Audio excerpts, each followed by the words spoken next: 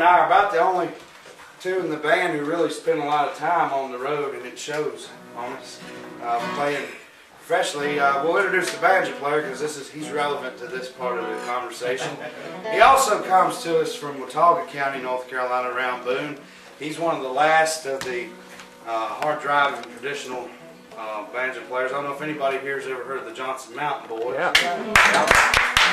You hear a lot of that. You hear a lot of Richard Underwood, and he's playing a lot of that style, that same style. They listen to the same records. This is Tom Isaacs, just 24 years old.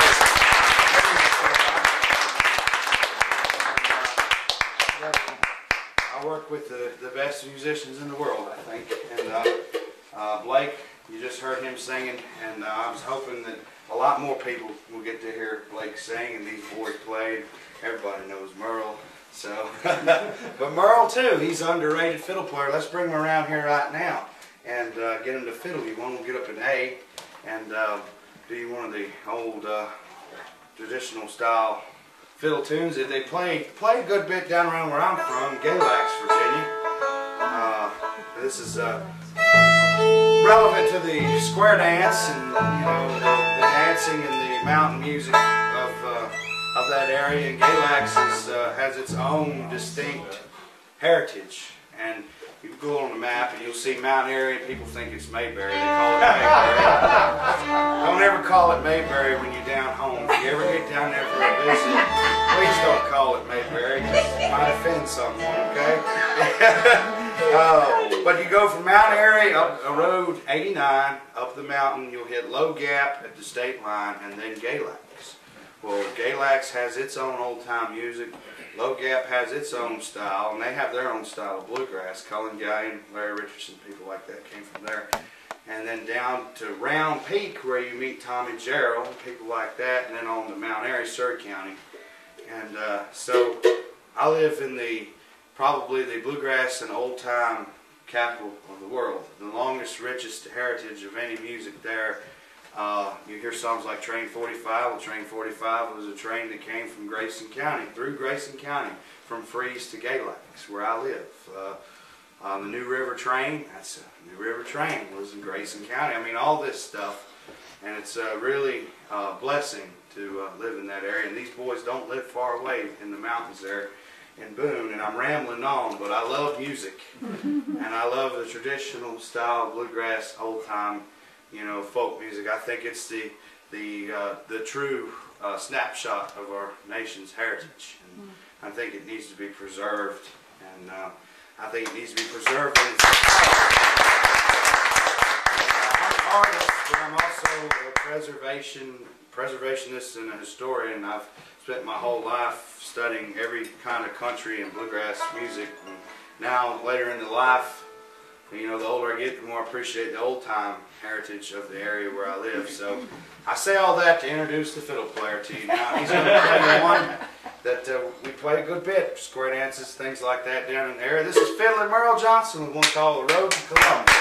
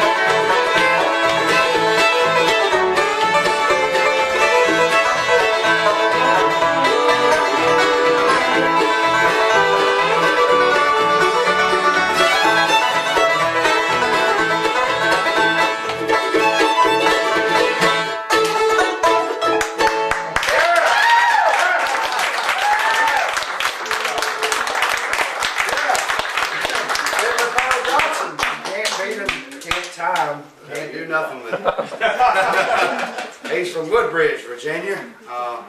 That's where you grew up, isn't it, Merle? Right there and around the D.C. area where bluegrass has a heritage of its own there as well. He's played with Dave Evans and even made a cameo appearance with Ralph Stanley. And played with all the D.C. area greats and around Asheville. And he, January, will make 2 years with the band from Earl, and he's stuck right by us, and we're real fortunate to have him, one of the finest fiddlers in all of music. And let me drop the pick there, because I'm getting all emotional talking about it.